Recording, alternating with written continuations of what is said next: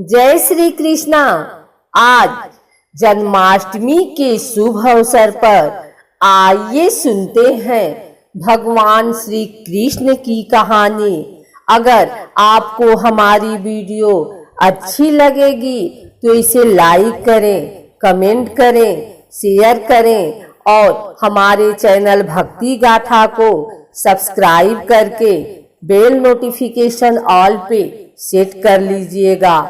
प्रभु श्री कृष्ण ने गोपियों के साथ बहुत सी लीला की है। श्री कृष्ण गोपियों की मटकी फोड़ते और माखन चुराते और गोपियां श्री कृष्ण का उलाहना लेकर यशोदा मैया के पास जाती। ऐसा बहुत बार हुआ। एक बार की बात है कि यशोदा मैया प्रभु श्री कृष्ण के उलाहनों से तंग आ गई और छड़ी लेकर श्री कृष्ण की ओर दौड़ी। जब प्रभु ने अपनी मैया को क्रोध में देखा तो वह अपना बचाव करने के लिए भागने लगे। भागते भागते श्री कृष्ण एक कुम्हार के पास पहुँचे। कुम्हार तो अपने मिट्टी के घड़े बनाने में व्यस्त था, लेकिन जैसे ही कुम्हार ने श्री कृष्ण को देखा तो वह बहुत प्रसन्न हुआ। कुम्हार जानता था कि श्री कृष्ण साक्षात परमेश्वर हैं। तब प्रभु ने कुम्हार से कहा कि कुम्हार जी, आज मेरी मैया मुझ पर बहुत क्रोधित है। मैया छड़ी लेकर मेरे पीछे आ रही है। भैया मुझे कहीं छुपा लो। तब कुम्हार ने श्री कृष्ण को एक बड़े से मटके के नीचे छिपा दिया। कुछ ही क्षणों में मैया यशोदा भी वहां आ गई और कुम्हार से पूछने लगी, क्यों रे कुम्हार, तूने मेरे कन्हैया को कहीं देखा है क्या? कुम्हार ने कह दिया, नहीं मैया, मैंने कन्हैया को नहीं देखा। श्री कृष्ण यह सब बातें बड़े से घड़े के नीचे छुपकर सुन रहे थे। मैया तो वहां से चली गई। अब प्रभु श्री कृष्ण कुम्हार से कहते हैं, कुम्हार जी, यदि मैया चली गई हो तो मुझे इस घड़े से बाहर निकालो। कुम्हार बोला, ऐसे नहीं प्रभु जी, पहले मुझे 84 लाख योनियों के बंधन से मुक्त करने का वचन दो। भगवान मुस्कुराए और कहा, ठीक है, मैं तुम्हें 84 लाख योनियों से मुक्त करने का वचन देता हूँ। अब तो मुझे बाहर निकाल दो। कुम्हार कहने लगा, मुझे अकेले नहीं प्रभु जी, मेरे परिवार के सभी लोगों को भी 84 लाख योनियों के बंधन से मुक्त करने का वचन देंगे तो मैं आपको इस घड़े से बाहर निकालूंगा। प्रभु जी कहते हैं, चलो ठीक है, उनको भी 84 लाख योनियों के बंधन से मुक्त होने का मैं वचन देता हूँ। अब तो मुझे घड़े से बाहर निकाल दो। अब कुम्हार कहता है, बस प्रभु जी, एक विनती और है, उसे भी पूरा करने का वचन दे दो तो मैं आपको घड़े से बाहर निकाल दूंगा। भगवान बोले, वो भी बता दे, क्या कहना चाहते हो? कुम्हार कहने लगा, प्रभु जी, जिस घड़े के नीचे आप छुपे हो उसकी मिट्टी मेरे बैलों के ऊपर लाद के लाई गई है। मेरे इन बैलों को भी 84 के बंधन से मुक्त करने का वचन दो।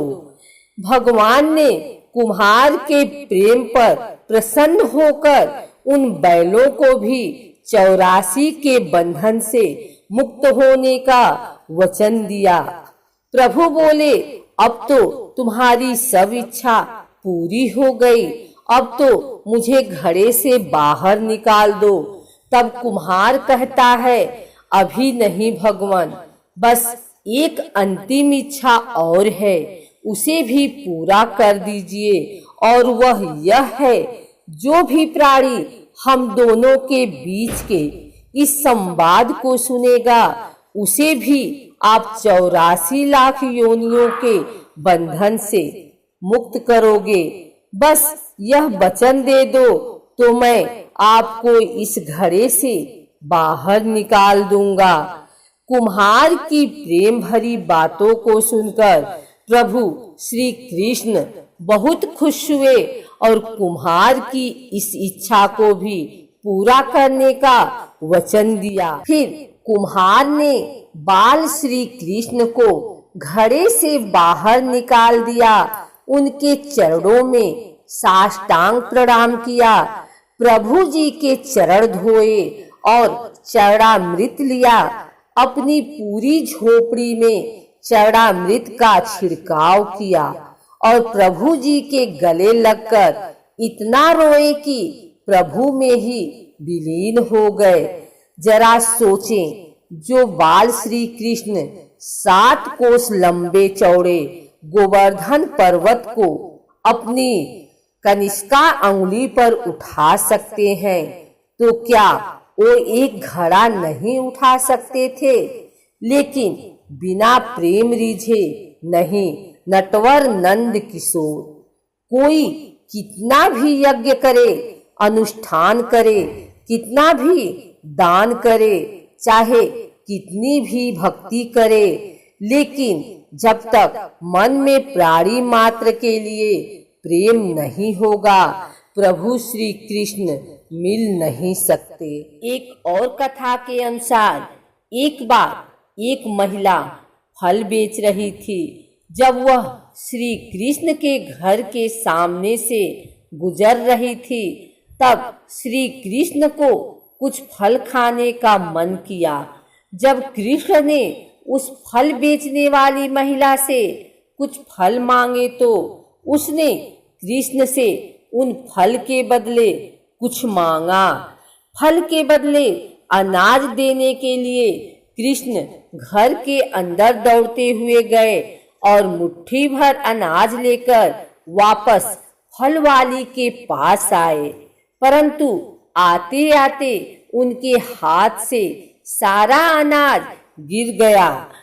कृष्ण बार बार घर के अंदर जाते और कुछ अनाज अपने हाथ में लेकर आने की कोशिश करते हैं, परंतु सारा अनाज नीचे गिर जाता।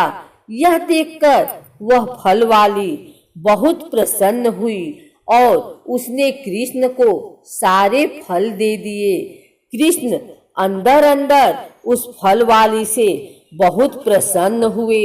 जब वह फल वाली अपना खाली टोकरा लेकर वहां से चली गई और अपने घर पहुंची, तो उसने देखा कि उसकी टोकरी सोने और जवाहरात से भरी हुई